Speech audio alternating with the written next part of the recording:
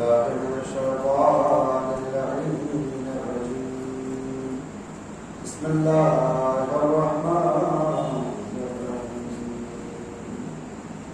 الحمد لله الذي لا يضل تحت خلقاته ولا يحصي نعماءه الآتين ولا يؤدي حقه المجتهدون الذي لا يدركه بعد الإمام ولا يناله غوث الفتن الذي ليس لصفته حد محدود ولا نعت موجود ولا رب معدود ولا أجل ممدود وقد خلق بقدرته ونشر الرياح برحمته وابتلى بالسحور ملكان عربه ثم الصلاة والسلام على النبي المكي المدني الأمي الرشيد الحاشمي النبوي الاتحامي أصله وسيم وفرعه تميم وكله كهين وخلقه عظيم المعلن الحق بالحق بالقاصم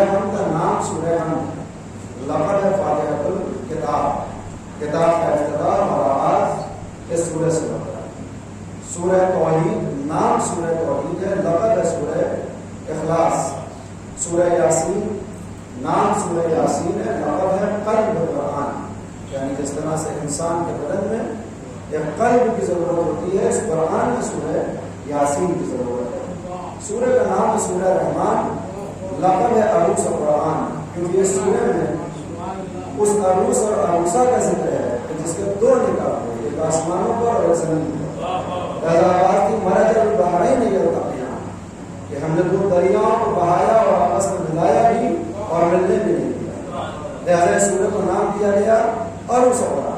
اسی طرح سے سورہ فجر کا نام سورہ فجر، لقب سورہ امام حسین۔ مفسرین نے بتایا کہ ائمہ کرام کی نصیحتیں یہ تھی کہ اس سورے کو پڑھا کرو، اس لیے کہ اس سورے میں بہت سی باتیں ایسی آئی ہیں جو سرکار سے الشہداء حضرت امام حسین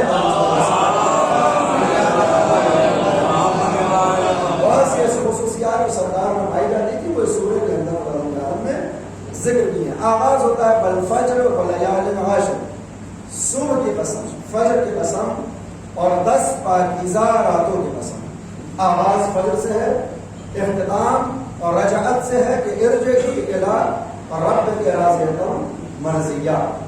پہلا سوال تو یہ پیدا ہوتا ہے کہ صاحب یہ بالفجر کیا ہے اور لیالین عشر کیا ہے؟ کہ جو نگاہ قدرت میں اتنے پاکیزہ بن گئے کہ خدا رب العالمین نے ان کی قسمیں کھائی ہیں، یہ بھی آپ سے پوشیدہ نہیں ہے کہ قرآن کریم میں بہت کم ایسے سورے ہیں کہ جن کا آغاز قسم کے ذریعے ہو رہا ہے۔ 114 سوروں میں آپ تلاش کریں تو بہت تھوڑے سے مختصر وہ سورے نظر آئیں گے جن کا آغاز قسم سے ہوتا ہے۔ وَالضُّحَىٰ وَاللَّيْلِ إِذَا سَجَىٰ وَالشَّمْسِ وَضُحَاهَا وَالتِّينِ وَالزَّيْتُونِ، یہ وہ سورے ہیں جو قسم کے ذریعے ابتدا ہوتی ہے۔ والفجر میں تو خدا بند عالم قسم سے سورے کو آغاز کر رہا ہے، تو میرے اللہ یہ فجر کیا ہے اور یہ لیالین عشر کیا ہے؟ وہ پاکیزہ 10 راتیں کون سی ہیں جو تیری نگاہ میں قابل قسم قرار پا رہی ہیں؟ تفاصیل کو تلاشا تو مفسرین نے بتایا کہ صاحب تفسیر میں یہ وہ 10 راتیں ہیں کہ جو راتیں حضرت موسیٰ کے لیے کوہ طور پر اضافہ کی گئی، اور جب تعبیر میں تلاشا کہ یہ کون سی 10 راتیں ہیں تو یہ وہی 10 راتیں ہیں تو سرکار سید الشہداء نے میدان کارزار میں گزارے۔ آپ جانتے ہیں قرآن کریم کے 70 ابواب ہوتے ہیں اور 70 ادوار ہوتے ہیں۔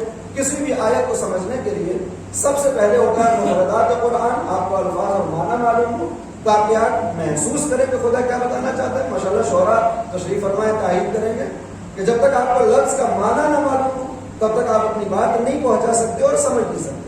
لہٰذا پہلا دور ہے مفردات قرآن کا۔ جب آپ مفردات قرآن سے آگے بڑھتے ہیں تو پھر آتے ہیں ترجمہ قرآن کے اوپر کہ جہاں الفاظ کو ملا کر جملے کی صورت میں بات کو سمجھنے کی کوشش ہوتی ہے۔ ترجمے کے بعد ہوتی ہے تفسیر کہ جو تمام انسانوں کے لیے کاش توجہ ہوا کہ اس آیت کو خدا رب العالمین کیا بیان کرنا چاہتا ہے، کیوں بیان کرنا چاہتا ہے، اس کی اہمیت کیا ہے، اس کی وقت کیا ہے، اس کا مرتبہ کیا ہے۔ اس کو کہتے ہیں تفسیر قرآن۔ لیکن تفسیر کے بعد جو اگلا باب اور اگلا دور ہوتا ہے قرآن کریم میں وہ ہوتا ہے تعبیر قرآن۔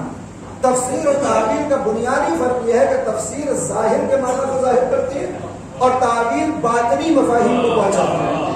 لہٰذا مفسرین سے پوچھا یہ کون سی 10 راتیں ہیں کہ جو نگاہ قدرت میں لائق قسم قرار پا رہی ہیں؟ تو چونکہ معصومین کو معلوم یہ ہے کہ سب کا معیار ایمان برابر نہیں ہے، سب کی عقل اور عقلانیت بالکل مساوی نہیں ہے، لہذا پہلے تفسیر میں بتایا کہ یہ وہ 10 راتیں ہیں جو حضرت موسیٰ کے لیے کوہ طور پر بڑھائی گئی تھی۔ تعبیر میں کچھ رازداروں کو یہ بتایا کہ یہ وہ 10 راتیں ہیں جو حسین نے کربلا میں گزاری۔ اس لیے جو مقصد موسیٰ کو کوہ طور پر بلانے کا تھا وہی مقصد کربلا میں حسین کے پہنچنے کا تھا۔ سلامات ہے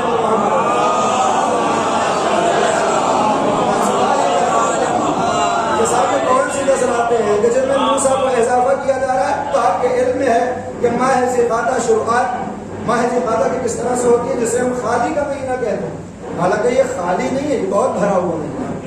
ذی-القعدہ آنے والا ہے، آواز پروردگار ہے کلیم اللہ تمہاری قوم مجھے دیکھنا چاہتی ہے، میرا دیدار کرنا چاہتی ہے تو ہم ان کو ضرور دکھائیں گے، مگر ان سے پہلے ذرا 30 دن کے لیے تمہیں آنا پڑے گا کوہ طور پر تاکہ ہم کچھ راز و نیاز کی باتیں کریں۔ کتنے دن کے لیے جاتے ہیں؟ حضرت موسیٰ جا رہے ہیں 30 دن کے لیے، ماہ ذی-القعدہ ہے۔ جانے سے پہلے ہاتھوں کو جوڑ کے کہتے ہیں میرے اللہ جب میں جا رہا ہوں اور 30 دن اپنی امت کے درمیان نہیں رہوں گا تو جو ان کو دینی مسئلے اور مسائل پیش آئیں گے تو یہ کہاں رجوع کریں گے، کس کے پاس جائیں گے کہ ان کی مشکل کشائی ہو جائے؟ آواز قدرت آئی بتاؤ چاہتے کیا ہو؟ کہا میرے اللہ میں چاہتا یہ ہوں کہ جب میں امت میں نہ رہوں تو میرا وزیر، میرا جانشین اور میرا خلیفہ ان کے درمیان میں رہے تاکہ جو مسئلے مجھ سے دریافت کرتے تھے وہ میرے وزیر سے دریافت کر لیں۔ آواز پروردگار آئی کہ کس کو بنانا چاہتے ہو وزیر؟ کون ہے تمہارا خلیفہ، کون ہے تمہارا جانشین اور وسیع؟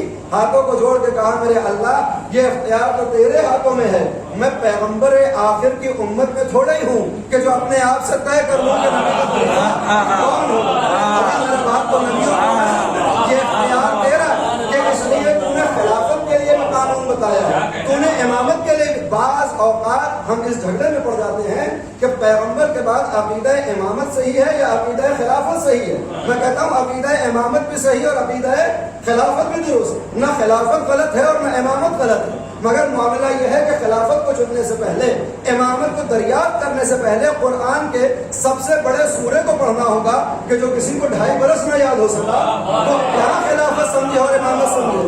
لہذا آیت نمبر 30 میں اللہ اعلان کرتا ہے انی جاعل فی الارض خلیفہ، میں زمین پر خلیفہ بنانے والا ہوں۔ آیت نمبر 124 میں کہتا ہے انی جاعلک للناس اماما، 30ویں آیت میں بتاتا ہے کہ خلیفہ بنانے کا اختیار میرے پاس، 124ویں میں بتاتا ہے کہ امام ہم بنائیں گے۔ لہذا پیغمبر کے بعد خلیفہ بنایا جائے یا امام بنایا جائے، اگر بنانے والا خدا ہو تو خلافت بھی صحیح اور امامت بھی قبول، اور اگر بنانے والا خاکی پیکر ہو تو نہ خلافت صحیح ہوگی نہ امامت۔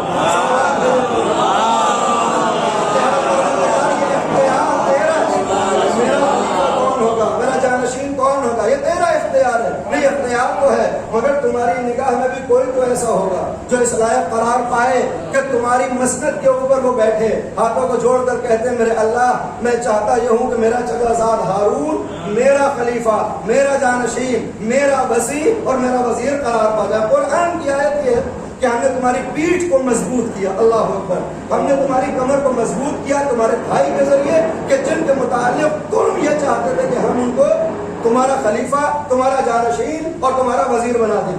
حضرت موسیٰ کوہ طور پر جانے سے پہلے تمام بنی اسرائیل کو جمع کرتے کہ میں جا رہا ہوں 30 دن کے لیے کوہ طور پر، جب میں تمہارے درمیان نہ رہوں تو حضرت ہارون کو اپنے سامنے کھڑا کیا، اور کھڑا کرنے کے بعد کہا کہ جب میں تمہارے سامنے نہ رہوں گا تو یہ میرا بھائی میرے بعد میرا جانشین، میرا خلیفہ، میرا وسیع اور میرا وزیر ہوگا، میں 30 دن تمہارے درمیان نہیں ہوں۔ حضرت ہارون کو اپنا خلیفہ اور جانشین بنایا، چل دیے کوہ طور کے اوپر۔ 1 دن گزرا، 2 دن گزرے، 3 دن گزرے، قرآن قریب کی آیا کہ کوئی خطابت نہیں، آپ چاہیں قرآن کو تلاشیں، یہ ساری داستانیں اور واقعات آپ کو نظر آئیں۔ آہستہ آہستہ وقت گزرتا رہا، 28 دن گزر گئے اور 29واں دن جب آ گیا تو حضرت موسیٰ اب بڑے اطمینان میں ہے کہ میرا وقت پورا ہوا، میقات کامل ہو چکی ہے، اب مجھے اپنی قوم میں پلٹ کر جانا ہے، اپنی امت کے پاس جانا ہے اور اللہ کے یہ تمام فرامین ان کو سنانے ہیں۔ 30واں دن جب کامل ہونے لگا اور وعدے کے مطابق حضرت موسیٰ کو آنا ہے کوہ طور سے نیچے، تو آواز قدرت آتی ہے موسیٰ ہم نے تمہیں بلایا تھا 30 دن کے لیے، مگر ہم نے اس وعدے میں 10 دن اضافہ کر دیے ہیں، بجائے اس کے کہ تم کوہ طور پر 30 دن رہو، تمہیں 10 دن اور ابھی رہنا ہوگا۔ لہذا اب جو تاریخ بتاتی ہے، علماء بتاتے ہیں کہ یہ جو 10 دن اضافہ کیے گئے تھے یہ وہی ہیں جو 10 راتیں حضرت موسیٰ کے لیے بڑھائی گئی تھی۔ یہ کوہ طور پر ماہ ذی الحجہ کی پہلی سے لے کر 10 ذی الحجہ کی راتیں ہیں، کاش متوجہ ہوا۔ لہذا آپ جانتے ہیں کہ اعمال ماہ ذی الحجہ میں پہلی سے لے کر 10 تک نماز مغربین میں مغرب اور عشاء کے درمیان جو آپ 2 رکعت نماز پڑھتے ہیں اس میں اسی آیت کی تلاوت کرتے ہیں جس میں خداوند عالم نے کہا کہ ہم نے بلایا تھا موسیٰ کو 30 دن کے لیے مگر 10 دن اضافہ کیے تاکہ ہمارے وعدے پورے ہو جائیں۔ اب عزیزان گرامی، قرآن کریم کے حوالے سے یہ وہ 10 راتیں ہیں جو حضرت موسیٰ کے لیے بڑھائی جاتی ہیں اور نگاہ قدرت میں اتنی بابرکت ہو جاتی ہیں، وہ قسم کھاتا ہے وَلَيَالٍ عَشْرٍ، 10 راتوں کی قسم۔ مگر عزیزو، جب آپ ان 10 راتوں کے پس منظر میں جائیں گے اور ان 10 راتوں کے متعلق آپ تاریخ میں تلاشیں گے کہ ان 10 راتوں میں ایسا کیا ہوا کہ نگاہ قدرت میں یہ پاکیزہ قرار پا رہی ہیں اور لائق قسم قرار پاتی ہیں۔ جب آپ تاریخ کی شکافی کریں گے تو آپ کو معلوم یہ ہوگا کہ صاحب یہ 10 راتیں پاکیزہ نہیں ہیں، بلکہ یہ وہ 10 راتیں ہیں جو تاریخ بنی اسرائیل میں سب سے منحوس راتیں گزری ہیں۔ کاش متوجہ ہوں، یہ وہ 10 راتیں ہیں کہ جو بظاہر پاکیزہ نہیں ہے، لائق قسم نہیں ہے، یہ بڑی عجیب راتیں ہیں۔ آپ کہیں گے صاحب یہ عجیب راتیں کیسے؟ تو آپ جانتے ہیں جب 30 دن کامل ہوئے اور وعدے کے مطابق حضرت موسیٰ کو آنا ہے کوہ طور سے. 31ویں دن سب آمادہ ہیں استقبال کے لیے کہ نبی خدا آنے والے ہیں, رسول خدا آنے والے, اللہ کا کلیم آنے والا ہے, اللہ کا پیغام ہم تک پہنچائے گا. استقبال کے لیے سب کھڑے, وقت معینہ کے اوپر سب یہ سمجھ رہے تھے کہ موسیٰ آج واپس آ جائیں گے. شام تک قوم انتظار کرتی رہی, حضرت موسیٰ واپس نہیں آئے. 31واں دن تمام ہوا, 32واں دن آیا, انتظار ہو رہا ہے کہ موسیٰ آئیں گے, موسیٰ نہیں آئے. 33واں دن ہوا کہ آئیں گے موسیٰ, لیکن موسیٰ نہیں آئے.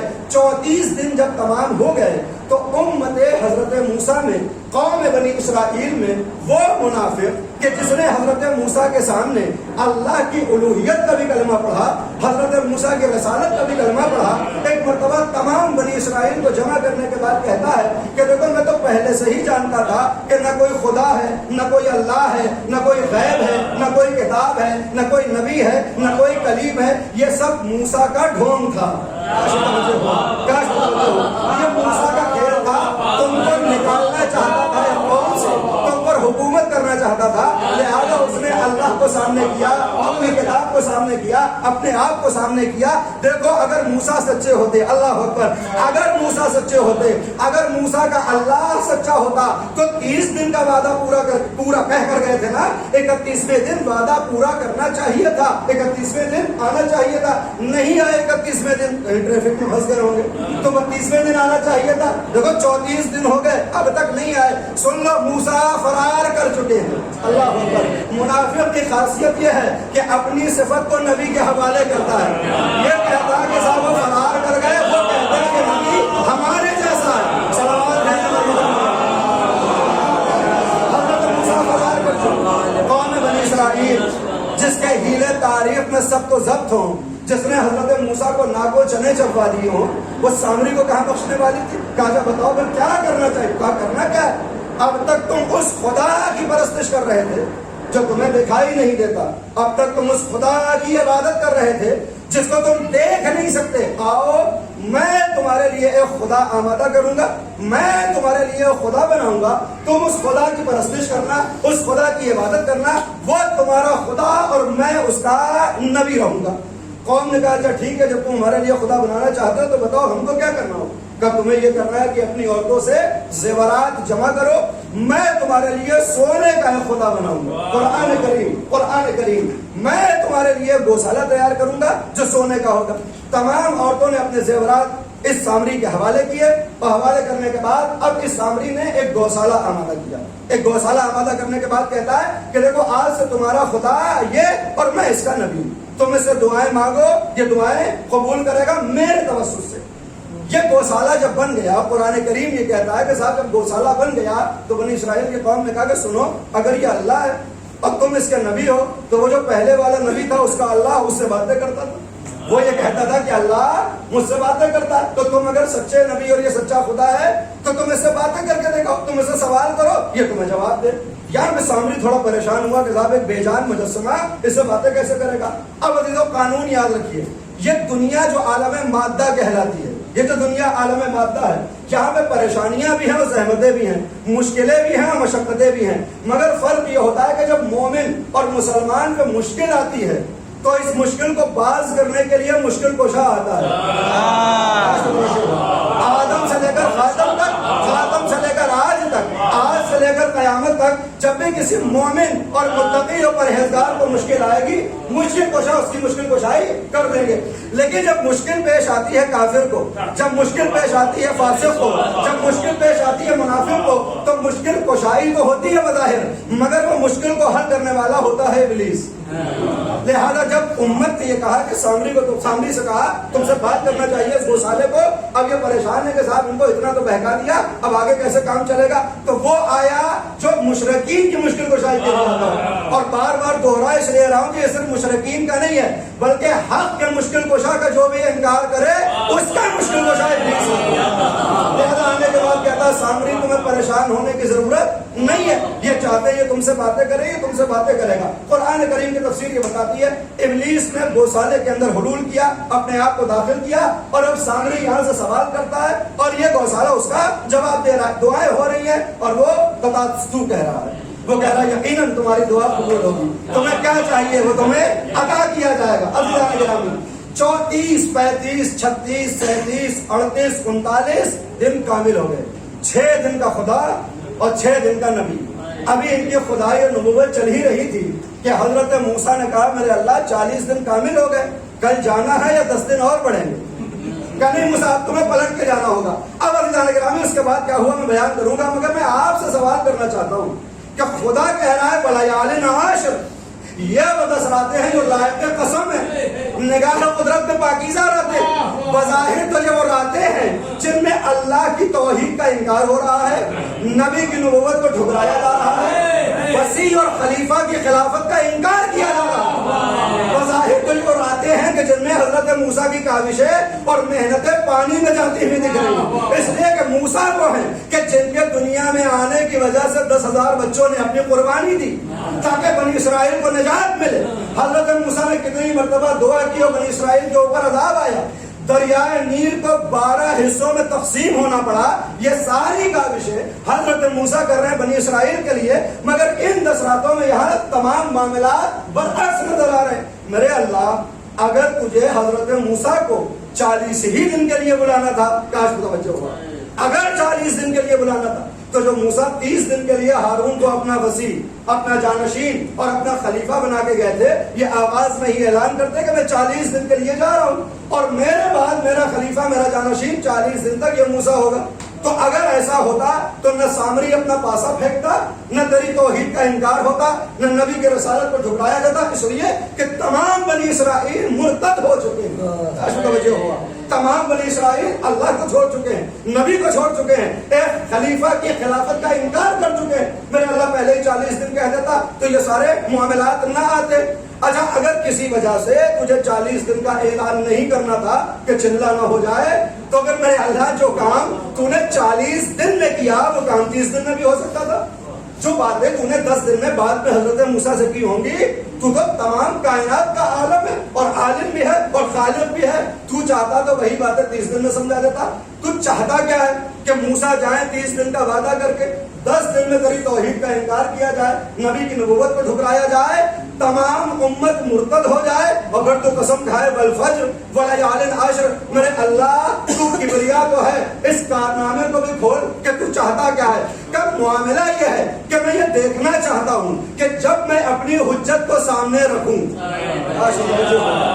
جب حجت خدا امت کے سامنے ہو تو سارے افراد لا الہ الا اللہ کہتے بھی نظر آئیں گے, موسیٰ کلیم اللہ کا کلمہ بھی پڑھتے نظر آئیں گے. میں جانچنا یہ چاہتا ہوں کہ اگر کچھ دنوں کے لیے حجت خدا کو چھپا دیا جائے تو میں ان کے لا الہ الا اللہ میں اخلاص کتنا ہے, ان کی محمد رسول اللہ میں معرفت کتنی ہے.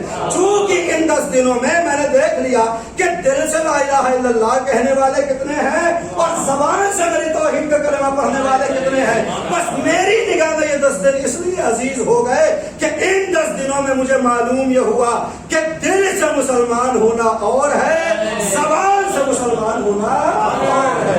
چونکہ میں نے پرکھا ہے, چونکہ میں نے جانچا ہے, لہذا میری نگاہ میں یہ 10 روز پاکیزہ ہو گئے. اب عزیزان گرامی پیغمبر اسلام جب اس دنیا سے جانے لگے, 26 سفر کو اپنے چاہنے والوں کو جمع کیا, اور جمع کرنے کے بعد ایک ایک عزیز اور ایک ایک صحابی سے جو حقیقی معنی میں صحابی تھا اس پہ کچھ وصیتیں کی ہیں.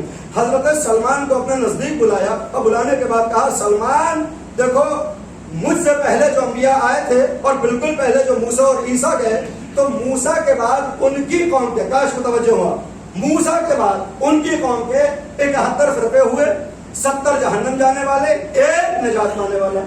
عیسیٰ کے بعد عیسیٰ کے قوم کے 72 حصے ہوئے, 1 نجات پانے والا ہے اور 71 جہنم میں جانے والے. میرے بعد میری قوم کے 73 فرقے ہوں گے. کتنی مشہور حدیث ہے, میرے بعد 73 فرقے ہوں گے, 72 جہنم جائیں گے, 1 نجات پائے گا.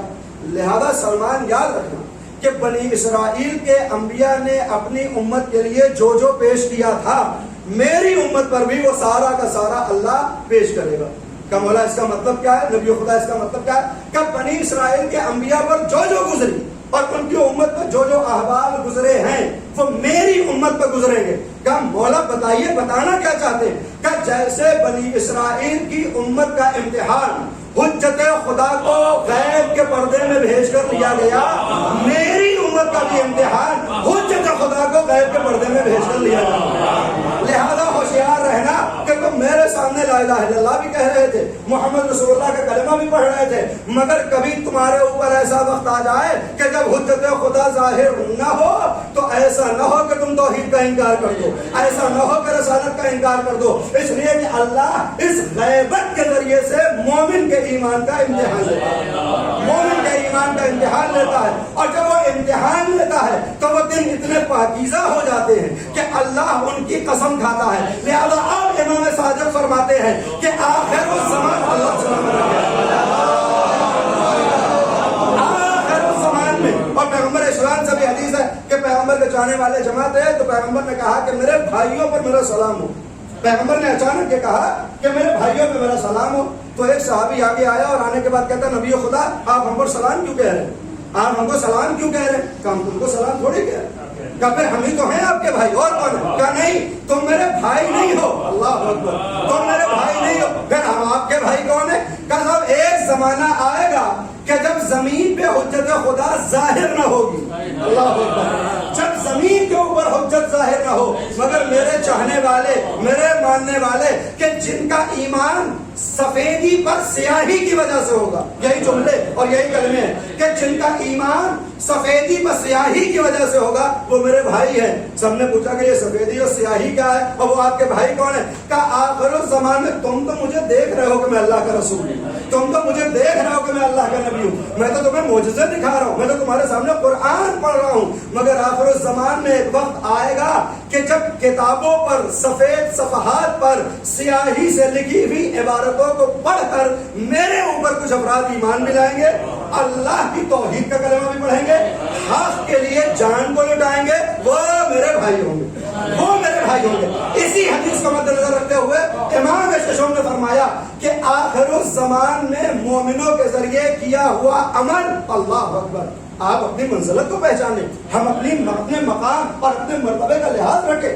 امام ششم فرماتے ہیں کہ آخر الزمان میں مومن کا ایک عمل, مومن کا ایک عمل آغاز اسلام میں پیغمبر کے صحابہ کے 70 عمل کے برابر ہوگا, 70 عمل کے برابر ہوگا. اور پھر آپ نے فرمایا کہ آخر الزمان میں پڑھی گئی ایک رکعت نماز اسلام کے اوائل حصے میں 1000 رکعت نماز پڑھی جائے, ان کا ثواب خداوند عالم برابر کرے. پوچھا کہ مولا ایسا کیوں ہوگا کہ جنہوں نے پیغمبر کو اپنی نگاہوں سے دیکھا ہو, جو پیغمبر کے ہاتھوں پہ بیعت کرتے ہوں اور کلمہ پڑھتے ہوں, ان کی نماز کا ثواب کم, اور جنہوں نے دیکھا ہی نہیں ہے ان کی نماز کا ثواب اتنا زیادہ کیسے ہو سکتا ہے؟ کہ اس لیے کہ تم دیکھ کر ایمان لائے, وہ بغیر دیکھے ایمان لائیں گے. لہذا آخر الزمان میں دو سب سے بڑی عبادتیں ہوں گی. پہلی عبادت کا نام ہوگا کہ وہ اپنے آنے والی حجت کا انتظار کریں. لہذا حدیث ہے انتظار الفرج افضل العبادہ, یا دوسری تعبیر افضل العبادہ انتظار الفرج. سب سے بہترین عبادت اپنے زمانے کے امام کا انتظار, اپنے زمانے کے امام کا انتظار کیا جائے, یہ سب سے بڑی عبادت بنتا ہے. اب عزیزان گرامی, یہ ولیال عشر آپ کے سامنے میں نے پیش کر دی, اور یہ باتیں میں نے اس لیے پیش کی تاکہ آپ محسوس کریں کہ آپ کس امام کے ماننے والے ہیں, کس امام کے چاہنے والے ہیں. تو جب اللہ نے ہماری نمازوں پہ اتنا ثواب رکھا ہو, ہماری نیکیوں پہ اتنا اجر رکھا ہو, تو پھر ہماری کچھ ذمہ داریاں بنتی ہیں, ہماری کچھ مسئولیت ہوتی ہے, کچھ ہمارے فرائض اور کچھ حقوق ہوتے ہیں کہ اپنے امام کو مد نظر رکھیں اور پھر اس سے ایک رابطہ پیدا کریں تاکہ خداوند عالم تک پہنچ جائیں. ولیال عشر واضح ہو گئی, یہ وہ آتے ہیں کہ جہاں اللہ امتحان لیتا ہے. کیا ہوا؟ 40 دن کامل ہوئے, بس جلدی سے سن لیں. حضرت موسیٰ نیچے آئے تو کیا دیکھا کہ سارے لا الہ الا اللہ کہنے والے اللہ کا انکار کر چکے ہیں. کل تک موسیٰ کا کلمہ پڑھنے والے حضرت موسیٰ کا انکار کر چکے ہیں. کہ صاحب یہ کیا ہو گیا؟ کہ سب آپ سے منحرف ہو گئے. کہ جب سب منحرف ہو گئے, ہارون کہاں؟ بلایا گیا حضرت ہارون کو, جو جانشین بھی ہیں, وزیر بھی ہیں, خلیفہ بھی ہیں.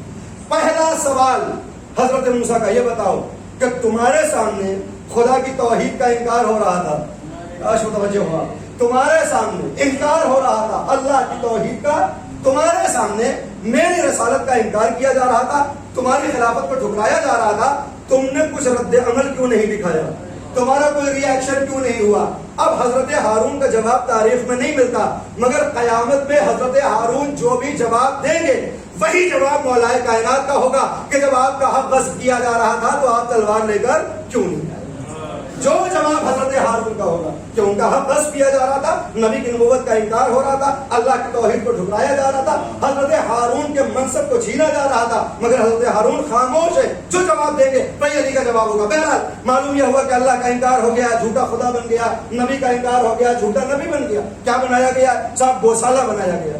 کہاں پر رکھا ہوا؟ ایک حجرے کے اندر ہے.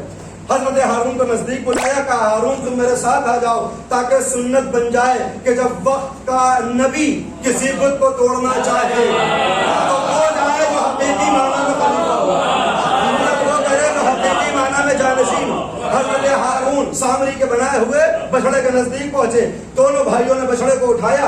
حضرت موسیٰ نے حکم دیا آگ جلائی جائے. ایک بڑی سی آگ جلائی گئی اور اب حضرت موسیٰ نے اپنے ہاتھوں سے گوشالے کو آگ میں ڈالا. اور اب ظاہر سی بات ہے جب سونا آگ میں جائے گا تو وہ پگھل کے ختم ہو گیا. مگر حضرت موسیٰ کا کام ختم نہیں ہوا. اس کے بعد پھر پلٹتے ہیں امت کے اندر کس نے اس بدعت کو انجام دیا تھا. معلوم یہ ہوگا کہ صاحب سامری نے اللہ کا انکار کروایا، آپ کی نبوت کا انکار کروایا. اور جب موسیٰ واپس آئے تو تمام بنی اسرائیل دوبارہ کلمہ پڑھتے ہیں حضرت موسیٰ کا اور توحید پر آ جاتے ہیں. مگر سامری جب دوبارہ آتا ہے لا الہ الا اللہ کہنے کے لیے تو حضرت موسیٰ نے کہا کہ نہیں، تم فتنوں کے باپ ہو، تمہاری معافی نہیں ہو سکتی.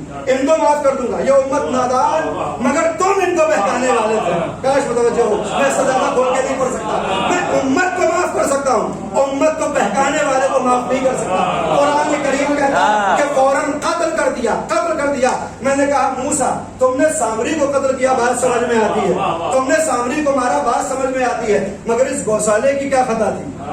یہ تو بے جان تھا، اس کو آگ میں کیوں ڈالا؟ کیا میں قانون بنانا چاہتا ہوں کہ جب نبی کے پاس پاور آتی ہے، جب اللہ کا اذن آتا ہے تو پہلے وہ جلایا جاتا ہے جو بنتا ہے.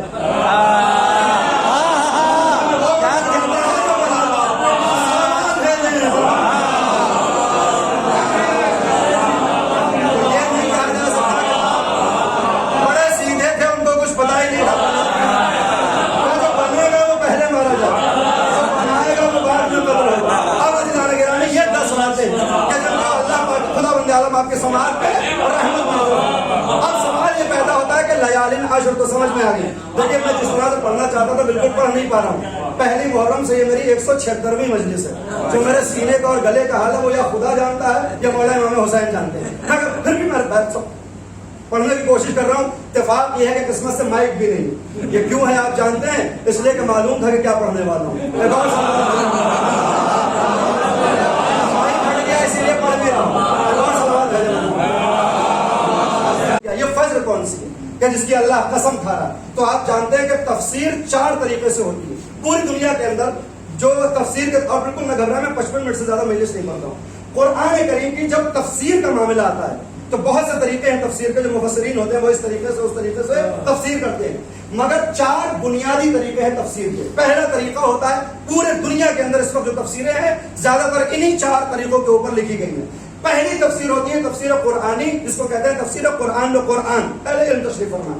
یہ کون سی تفسیر ہوتی ہے کہ جب کسی آیت کو آپ کو سمجھنا ہو تو آپ قرآن کی تمام آیتوں کو پڑھتے ہیں اور اس آیت کو کھولتی بھی کوئی آیت مل جائے تو آپ کو بات واضح ہو جاتی ہے. مثال دوں میں آپ کے سامنے، اہدنا الصراط المستقیم. یہ ہماری دعا ہے کہ صراط مستقیم دکھا دو، دکھا دیا ہے تو اس پہ باقی رکھ. البتہ ایک بات اور ہے کہ یہاں پر بہت مزے لیتے ہیں کہ صاحب ہم کہتے ہیں باقی رکھ اور وہ کہتے ہیں کہ صاحب دکھا دے. نہیں عزیزان گرامی، یہاں ترجمہ عقیدے کا نہیں ہے، یہاں پر ترجمہ انڈیویجولی ہوتا ہے. کاش متوجہ ہوا. اہدنا الصراط المستقیم کا ترجمہ عقیدے سے نہیں ہے. اہدنا الصراط المستقیم کا ترجمہ انفرادی ہوگا. ہم کو اپنی ذات کو دیکھنا پڑے گا، اپنے اعمال و افعال کو دیکھنا پڑے گا. اگر ہم صراط المستقیم پر چل رہے ہیں تو ہم قائم رہیں، لیکن اگر زندگی ہماری صراط المستقیم کے خلاف ہے تو پھر دعا کریں کہ صراط المستقیم دکھ جائے. صلوات بھیجیں. پہلی تفسیر ہوتی ہے تفسیر قرآنی اہدنا الصراط المستقیم. مثال کے طور پر تو اس کی تفسیر کیا ہوگی؟ فوراً قرآن نے بتایا کہ صراط المستقیم کیا ہے؟ صراط الذین انعمت علیہم. آیت سے استفادہ کرنا یہ پہلا طریقہ ہوتا ہے. اسے کہتے ہیں تفسیر قرآن میں محفوظ ہے. اللہ کہتا ہے کہ میں نے اس کو شب قدر میں نازل کیا اور تم کیا جانو کہ شب قدر کیا؟ یہ وہ رات ہے جو 1000 مہینوں سے بہتر ہے. 1000 مہینے سے بہتر کا مطلب یہ ہے کہ تقریباً 84 برس. لہذا علماء کا ایک طریقہ یہ ہوتا تھا کہ ان کو سال بھر میں، یہ تحفہ دے رہا ہوں، سال بھر میں جو بھی نیک کام کرنا ہوتا تھا مثال کے طور پر آپ کی عادت یہ ہے کہ آپ صبح گھر سے نکلتے ہیں تو 1 روپیہ صدقے کا نکالتے جاتے ہیں. علماء کا طریقہ یہ تھا کہ وہ طے کرتے تھے کہ اس سال میں کون کون سا نیک کام کروں گا. مثال کے طور پر پہلے دن سے 1 روپیہ نکالنا, سال بھر میں کتنے نکلیں گے؟ 360 یا 365. علماء یہ کیا کرتے تھے کہ اس کی نیت اس شب قدر میں کرتے تھے کہ اس برس میں 365 روپے صدقہ نکالوں گا. اس کا فائدہ کیا ہوتا ہے؟ کہ اس کا فائدہ یہ ہے کہ اس کو ضرب دیا جاتا ہے 30,000 سے. اس رات جو عمل کیا جائے گا وہ 1,000 مہینے سے بہتر ہے, یعنی 30,000 گنا. اس 365 کو 30,000 سے گنا کر دیجئے, پھر جو آئے گا نمبر اتنے پیسے کا آپ کو ثواب ملے گا. آپ نیت کریے کہ 1 قرآن آپ تمام کریں گے, آپ پڑھیں گے 1 ہی قرآن, مگر اس کو ضرب دیا جائے گا 30,000 سے. تو یہ علماء کا طریقہ تھا. تو عزیزان گرامی یہ رات 1,000 مہینوں سے بہتر ہے. سوال یہ پیدا ہوتا ہے کہ صاحب یہ رات بہتر کیوں ہے؟ کیا اس رات میں 2 چاند نکل آتے ہیں؟ کیا اس رات میں ستارے بڑھ جاتے ہیں؟ کیا اس رات میں چاند کے ساتھ سورج بھی نکل آتا ہے؟ کہ نہیں صاحب یہ کچھ نہیں ہوتا, مادی کوئی بدلاؤ نظر نہیں آتا. میرے اللہ پھر کیا ہوتا ہے؟ کہ تنزل الملائکۃ والروح. توجہ ہو, میں تمام کر رہا ہوں یہ سے. یہ وہ رات ہے کہ جس میں ملائکہ نازل ہوتے ہیں اور روح نازل ہوتی ہے, اور یہ اپنی مرضی سے نازل نہیں ہوتے, اللہ کی مرضی سے نازل ہوتے ہیں. اور جب یہ نازل ہوتے ہیں تو سلام بھی ہے. میں سوچا کرتا تھا یہ سلامتی کی قید کیوں ہے؟ جب ملائکہ آ رہے ہیں تو سلامتی کی قید کیوں ہے؟ کب تک آتے ہیں؟ کہ صبح تک آتے رہتے ہیں. تو پہلے تو واضح کر دوں, کیونکہ اس وقت تک ملائکہ نازل ہوتے رہتے ہیں, لہذا نگاہ قدرت میں یہ وقت بابرکت ہو جاتا ہے. اسی فجر کی قسم کھاتا ہے والفجر ولیال نصر, اس صبح کی قسم کہ جب تک ملائکہ آتے رہے, ان 10 راتوں کی قسم کہ جب امتحان لیا جاتا رہے, یہ بابرکت ہو جاتے ہیں. اب عزیزان گرامی اگر آپ غور فرمائیں تو یہاں پر لفظ استعمال ہوا ہے تنزل الملائکہ. تمام زبانوں کے اندر جب بات زمانے کی آتی ہے, ٹینس کی آتی ہے, تو ایک ہوتا ہے ماضی, ایک حال اور ایک مستقبل, ایک پاس, ماشاءاللہ ندیم صاحب تشریف فرمائیں, ایک پاس, ایک پریزنٹ اور ایک فیوچر, ایک گیا ہوا زمانہ, ایک موجودہ اور ایک آنے والا. عربی کو ایک خاص امتیاز حاصل ہے. ماشاءاللہ آپ کے یہاں تو حوضوں کی بازار لگی ہوئی ہے, آپ کو معلوم ہوگا کہ تنزلوں کا معنی کیا ہے. عربی میں, عربی ادب کے اندر جب بات زمانے کی ہوتی ہے تو ماضی, حال اور مستقبل کے ساتھ ایک صیغہ اور استعمال کیا جاتا ہے جس کو فعل مضارع کہتے ہیں. یہ کسی زبان میں نہیں ہوتا. اس کی خاصیت یہ ہوتی ہے کہ لفظ ایک ہوتا ہے, معنی 2 ہوتے ہیں. اس میں ایک زمانہ ہوتا ہے حال کا اور ایک زمانہ ہوتا ہے استقبال کا. یعنی تنزلوں کا معنی یہ نہیں ہے کہ ملائکہ نازل ہوئے تھے. تنزلوں کا معنی یہ نہیں ہے کہ اس سال نازل ہو رہے ہیں. تنزلوں کا معنی یہ نہیں ہے کہ نازل ہوں گے. تنزلوں کا معنی یہ ہے کہ نازل ہوتے ہیں اور ہوتے رہیں گے. اگر ماضی کا صیغہ ہوتا تو پھر یہ رات اس لیے بابرکت تھی کہ جب پیغمبر اسلام جس رات کے قرآن نازل ہوا تھا وہ رات بابرکت ہو گئی, بات تمام ہو گئی. اگر حال کا صیغہ استعمال ہوتا تو کہا جاتا جب تک پیغمبر تھے یہ نازل ہوتے رہتے تھے. مگر معاملہ یہ ہے کہ تنزل الملائکۃ والروح ہوتے ہیں اور قیامت تک ہوتے رہیں گے. ملائکہ بھی نازل ہوں گے, روح الامین بھی نازل ہوتے رہیں گے, قیامت تک ہوتے رہیں گے. اب سوال یہ پیدا ہوتا ہے کہ جب کوئی نازل ہوتا ہے تو اسے ایک منزل چاہیے ہوتا ہے. بھائی جب آپ کہیں جاتے ہیں مہمانی میں تو پہلے آپ کی نگاہ میں ایک میزبان ہوتا ہے کہ آپ کو جانا کہاں ہے. اگر میزبان معلوم نہ ہو تو پھر گوگل پہ راستے تلاشتے رہ جائیں گے, دن گزر جائے گا. لہٰذا تنزل الملائکۃ والروح, نازل ہوتے ہیں ملائکہ اور روح. اور آپ جانتے ہیں کہ صرف ملائکہ نازل نہیں ہوتے, اللہ اکبر, روح بھی نازل ہوتی ہے. سوال پیدا ہوتا ہے کہ روح کیا ہے؟ پیغمبر اسلام کے پاس بدو عرب آئے, بتائیے روح کیا ہے؟ قرآن کیا ہے؟ یسألونک عن الروح, یہ آپ سے سوال کرتے ہیں کہ روح کیا ہے؟ قل الروح من امر ربی, آپ ان سے کہیے. اگر یہاں بھی سمجھانا پڑے تو مجھے یسألونک عن الروح قل الروح من امر ربی, ان سے کہیے کہ روح میرے امور میں سے ایک امر ہے. اب ترجمہ پھر کریے, تنزل الملائکۃ والروح, نازل ہوتے ہیں اور قیامت تک نازل ہوتے رہیں گے ملائکہ, اور روح نازل ہوگی. نہیں, روح نہیں, ملائکہ نازل ہوں گے اور امر نازل ہوگا. ملائکہ نازل ہوں گے اور امر نازل ہوگا. جس پر ملائکہ نازل ہوں وہ منزل ملائکہ کہلائے گا, جس پر امر نازل ہو وہ اولی الامر ہے.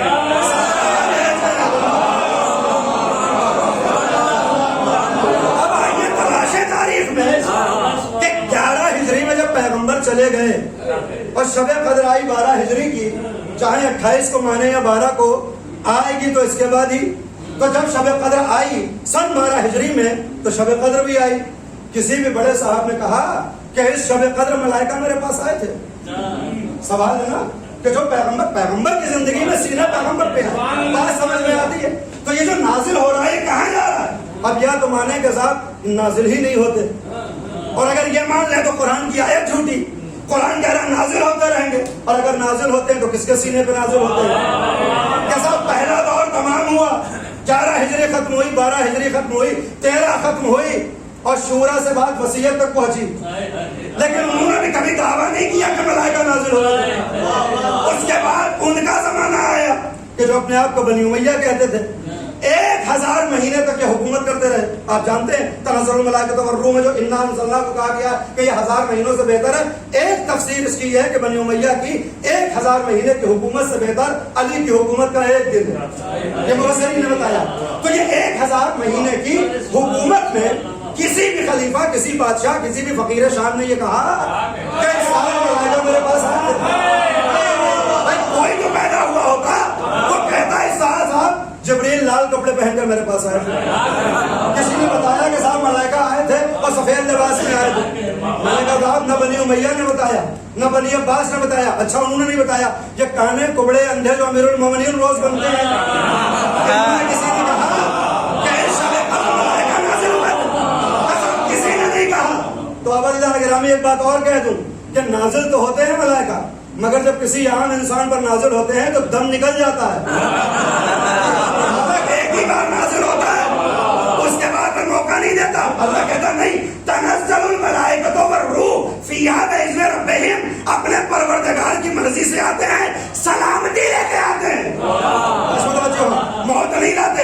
تو اب تلاشیہ کون ہے جس نے کہا ہو کہ ملائکہ آتے ہیں؟ اب اگر کائنات میں کوئی ایسا ملے کہ جو کہے کہ صاحب 1443 2020 کی شب قدر میں کورونا کے ماحول میں جبریل میرے پاس آئے تھے، تو اگر کوئی یہ کہہ دے تو ہم اسے اولی الامر مان لیں گے، اور پھر ہم آیت کی تلاوت بھی کریں گے اور اطاعت بھی کریں گے۔ اطیعوا اللہ اطیعوا الرسول واولی الامر منکم۔ اللہ کہتا ہے صرف اللہ کی اطاعت نہیں کرنا، رسول کی اطاعت نہیں کرنا، اس کی بھی کرو جس پر ملائکہ آتے ہو۔ اب کچھ رفوگر مسلمانوں نے یہ کہا کہ صاحب اولی الامر صحابہ ہیں، کچھ نے کہا صاحب اولی الامر علماء ہیں۔ تو سوال یہ پیدا ہوتا ہے کہ اگر اولی الامر صحابہ ہیں تو آج کے دور میں کون صحابی ہے جس پہ ملک آتا ہو؟ اور اگر اولی الامر علماء ہے تو کسی بھی سفید کالی پگڑی والے کو لا کے دکھائیے، ہمارے یہاں تو 2 ہی ہوتے ہیں، آپ کے یہاں تو نارنگی اور ہری اور پیلی سارے رنگ کی ہوتی ہے۔ کوئی عالم آ کے بتائے کہ صاحب ملائکہ میرے اوپر نازل ہوئے تھے۔ اب عزیزو جب کوئی دعویٰ نہ کر سکے تو پھر جاؤ اسی کے پاس جو مشکل کشا ہے۔ اب اس در پہ آؤ گے تو در بدر بھٹکنا نہیں پڑے گا، اور اس در کو کھولو گے تو دکھے گا یہاں ملائکہ نازل ہوتے ہیں، اور آئے نہیں کبھی چکی چلانے کے لیے، کبھی جھولے پر جھلانے کے لیے، کبھی عزم طلب کرنے کے لیے، کبھی بیوی کی دلجوئی کے لیے، کبھی حالات کو بتانے کے لیے۔ جبریل بھی نازل ہوتے ہیں، میکائیل بھی نازل ہوتے ہیں۔ صلوات ہے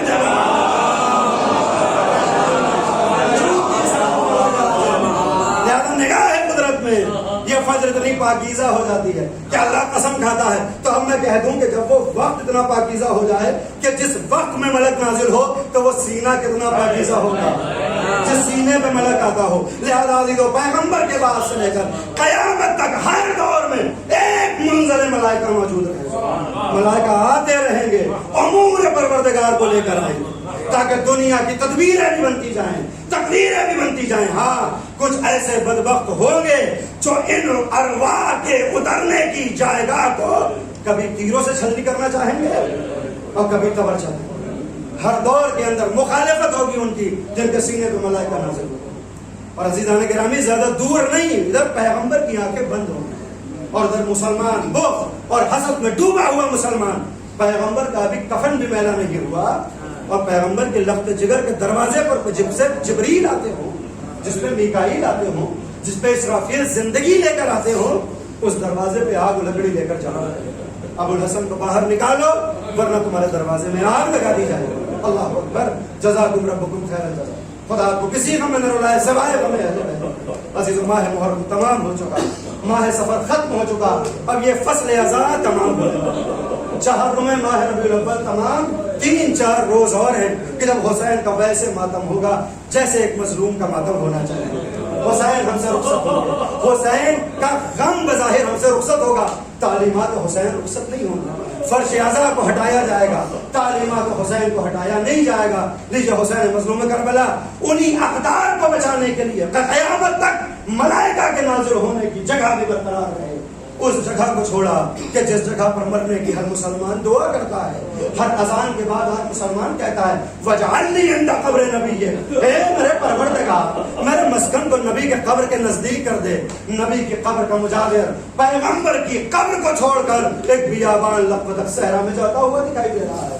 28 رجب کو مدینے کو چھوڑا، 2 محرم کو والد کربلا ہوئے، ہفتوں میں ماہ محرم سے بندش آب، صبح عاشور جب نمودار ہوئی، ایک کے بعد ایک چاہنے والا اجازت طلب کر رہا ہے. عشر عاشورہ آتے آتے ایک ایک ناصر شہید ہو چکا، ایک ایک قریبی اپنی جان کو فدا کر چکا. عشر عاشورہ حسین مظلوم کربلا میدان کارزار میں یکا و تنہا ہے، ہاتھوں میں تلوار ہے. حل من ناصر ینصرنی، حل من معین یعیننی، کون ہے جو میری نصرت کرے گا، کون ہے جو میری مدد کرے گا. آپ نے ہزاروں مرتبہ سنا ملائکہ آئے تو واپس بھیج دیا، اجنہ آئے تو واپس پلٹا دیا گیا. سوال یہ پیدا ہوتا ہے مولا ملائکہ سے مدد نہیں لینا چاہتے، اجنہ کو واپس بھیج چکے ہو، عباس قتل ہو چکا ہے، اکبر مارا جا چکا ہے، کس کو مدد کے لیے بلا رہے ہو، کون تمہاری مدد کرے گا. شاید آواز ہے کہ قیامت تک اپنے چاہنے والوں کو آواز دے رہا ہوں. اس لیے کہ کل یوم عاشورہ کل ارض کربلا، تو جب ہر شام عاشورہ آئے گی حسین کی آواز گونجے گی حل من ناصر ینصرنی، کون ہے جو میری نصرت کرے.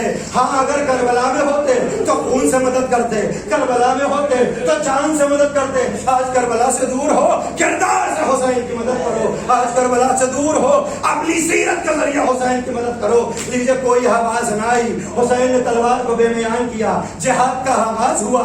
دیوار کوفہ سے فوجیں ٹکرا رہی ہیں، الامان الحفیظ کی صدائیں آتی ہیں. وہ موقع آیا حسین نے جہاد کا آغاز کیا. ہاتف غیبی کی آواز آئی، اے نفس مطمئنہ پلٹا اپنے پروردگار کی طرف. حسین مظلوم کربلا کا سجدہ خالق میں سر، بھاگی ہوئی فوجیں سمٹ رہی ہے، کسی کے ہاتھوں میں تیر، کسی کے ہاتھوں میں تلوار، کسی کے ہاتھوں میں نشتر. امام رضا کریم اپنے جد کا مرثیہ پڑھتے ہوئے کہتے ہیں سلام ہو اس جد کے اوپر جسے دور جہادت کے گوشت بندوں کی طرح سے بند کیا گیا. پوچھنے والے نے پوچھا، میں نے ختم کیا مجلس کو، چاہنے والے نے کہا مولا دور جہادت کے گوشت بند کیسے ذبح ہوتے تھے؟ کہ دور جہادت میں عربی جوانوں کا ایک دستور تھا کہ وہ پیسے جمع کیا کرتے تھے، چندہ کیا کرتے تھے، ملے ہوئے پیسوں سے ایک گوشت بند کا بچہ خریدا جاتا تھا. 1 برس تک اس کی تربیت ہوتی تھی، اس کو کھانا کھلایا جاتا تھا. جب یہ دمبا جوان ہو جاتا تھا 1 برس کے بعد ایک رات یہ جوان رات میں محفل کرتے تھے، درمیان میں گوشت بند کو چھوڑا جاتا تھا. کسی کے ہاتھوں میں تیر، کسی کے ہاتھوں میں نیزہ، کسی کے ہاتھوں میں نشتر. ارے جب ان اسلحوں کو دیکھتا تھا جانور تو وہ گھبرا کے بھاگنا چاہتا تھا. جس راستے سے نکلتا تھا وہاں پر موجود وہ ظالم اپنے اس اسلحے سے وار کرتا تھا. کوئی تیر مارتا تھا، کوئی تلوار مارتا تھا، کوئی نیزہ مارتا تھا. سلام ہو اس جنگ کے اوپر جسے دور جہادت کے گوشت بندوں کی طرف ذبح کیا گیا کہ میرا دادا زمین کربلا میں سجدہ خالق میں تھا. فوج اشقیاء